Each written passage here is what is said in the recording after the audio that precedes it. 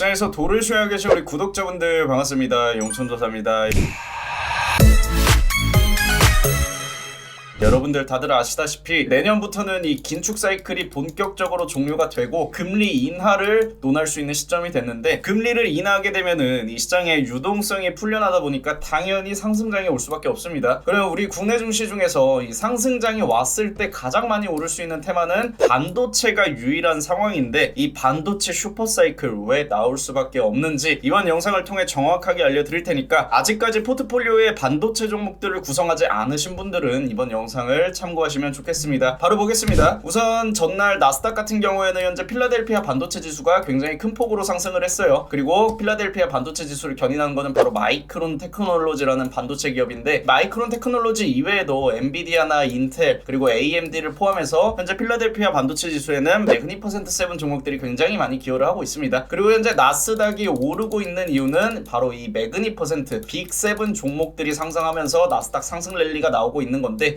얘네들이 상승하고 있는 이유는 바로 이 AI 시장의 성장성이 본격화되기 시작하면서 내년 그리고 내후년까지 유지가 될 수 있기 때문에 현재 매그니퍼센트 7을 중심으로 상승이 나오고 있죠. 그래서 당연히 필라델피아 반도체 지수는 앞으로도 강세 사이클을 유지할 수밖에 없고, 필라델피아 반도체 지수가 오르면 결국 국내 반도체 종목들도 오를 수밖에 없는 구조입니다. 그러면은 국내 증시 같은 경우에는 이 필라델피아 반도체 지수만 보고 상승하냐? 그건 아니에요. 우선 보시는 것처럼 어제 마이크론 같은 경우에는 회계 구조상 국내 SK하이닉스나 삼성전자보다 4분기 실적을 먼저 발표하는데, 낸드 플래시 가격이 상승하면서 4분기 실적이 굉장히 좋게 시장 예상치를 상회하면서 발표가 됐습니다. 그러면 이 낸드 플래시라는 거는 작년부터 현재까지 낸드 가격도 하락했고 반도체 감축 이슈로 인해서 삼성전자와 SK하이닉스의 주가를 짓누르던 이슈 중 하나고, 반대로 가격이 상승하는 경우에는 당연히 삼성전자와 SK하이닉스의 실적도 개선될 수밖에 없는 상황이라는 점, 그리고 이 마이크론 같은 경우에는 항상 이 삼성전자와 SK하이닉스의 실적을 가늠할 수 있는 바로미터로 해석이 되는데, 그 이유는 좀 전에 말씀드렸던 것처럼 얘가 먼저 실적을 발표하기 때문이고요. 그래서 이 마이크론 같은 경우에는 현재 낸드 플래시 이외에도 2024년에 삼성전자와 SK하이닉스가 본격적으로 경쟁하고 있는 이 HBM 시장에 뛰어들게 됩니다. 그래서 삼성과 SK하이닉스가 독점하고 있는 이 양강 구도에서 3강 구도로 전환이 되는데, 이 HBM 시장을 계속해서 공략하는 이유는 바로 보시는 것처럼 내년도 좋지만 내후년이 더 좋은 시장이 바로 이 D램 고성능 메모리 시장이기 때문에, 그리고 이 AI에 필수적으로 적용되는 HBM 같은 경우에는 앞으로 수요보다 공급이 부족한 현상, 수요 곡선이 이렇게 가파르게 올라간다면 공급량은 이렇게 한정되어 있기 때문에 가격이 상승할 수밖에 없는 구조로, 이만큼 갭 차이가 나온다면 당연히 가격은 오를 수밖에 없겠죠. 원하는 사람은 100명인데 공급량이 60명분밖에 없다면은 가격이 상승하는 거는 이 시장의 당연한 구조입니다. 근데 이 현상이 내년뿐만이 아니라 내후년까지 본격적으로 유지가 될 수 있다는 전망에 HBM 시장이 결국 국내 증시 반도체 시장의 슈퍼 사이클을 주도할 수밖에 없다는 사실을 여러분들이 생각을 해볼 필요가 있고요. 특히 내후년 같은 경우에는 기존의 D램 시장 매출을 넘어서는 신기록을 달성할 것이라고 전망이 되고 있습니다. 여러분들 아시겠지만 국내 증시 시가총액 절반을 양분하고 있는 테마가 바로 반도체 테마예요. 최근 20년 동안 결국에 시장이 반등할 때는 반도체가 중심에 있었습니다. 그리고 내년에는 금리 인하와 맞물려서 이 반도체의 업황 개선, 그리고 반도체를 새로운 영역으로 이끌어줄 수 있는 이 AI 시장의 개화 덕분에 HBM 시장 또한 가파르게 성장하면서 고성능 메모리, 현재까지는 삼성전자와 SK하이닉스가 시장을 90%가량 독점하고 있는 구조로 가고 있기 때문에 우리 대한민국이 사실 가장 크게 수혜를 볼 수 있는 나라 중 하나예요. 그래서 우리도 2024년에 가장 먼저 주목을 해야 되는 거는 바로 반도체라는 점, 여러분들한테 다시 한번 말씀을 드릴 수 있을 것 같고요. 그리고 이 12월 수출입 동향을 보더라도 11월부터 본격적으로 플러스 증가세로 전환이 됐고, 12월 같은 경우에는 현재 1일부터 20일까지 집계된 수준만 보더라도 굉장히 큰 폭으로 상승하고 있는 점을 확인할 수가 있습니다. 이미 반도체 시장의 업황 개선이 수출입 동향에서 나타나고 있어요. 그리고 우리나라에서 가장 많이 수출하는 품목이 뭐죠? 바로 반도체입니다. 이렇게 수출의 봄을 견인하는 거는 최대 수출 품목인 반도체라고 기사가 나오고 있는 이유가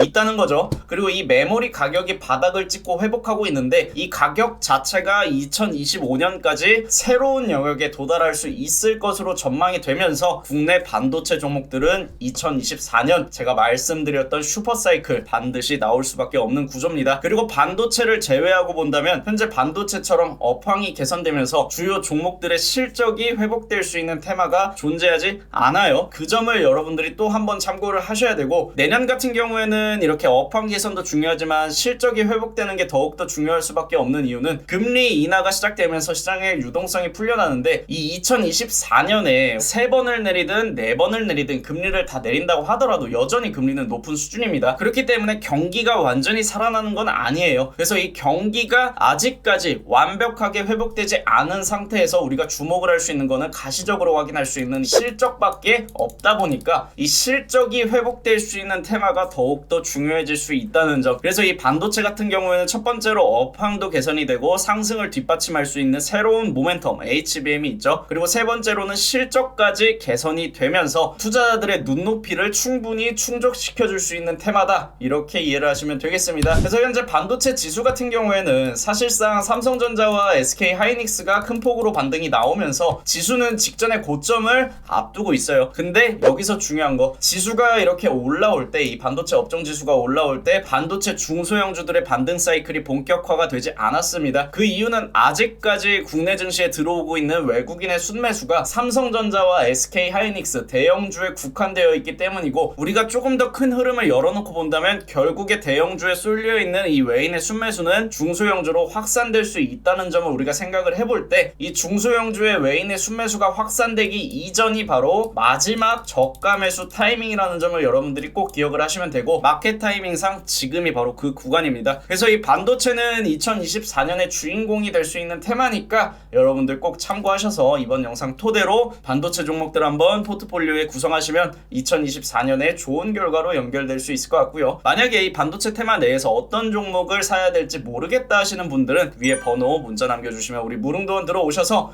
2024년 주인공이 될 수 있는 종목들까지 함께 잡아갈 수 있을 것으로 생각이 됩니다. 오늘 영상 여기서 마무리하고 여러분들 주말 잘 보내시고, 월요일 같은 경우에는 크리스마스죠. 행복한 크리스마스 보내시고 다음 주 화요일에 뵙도록 하겠습니다.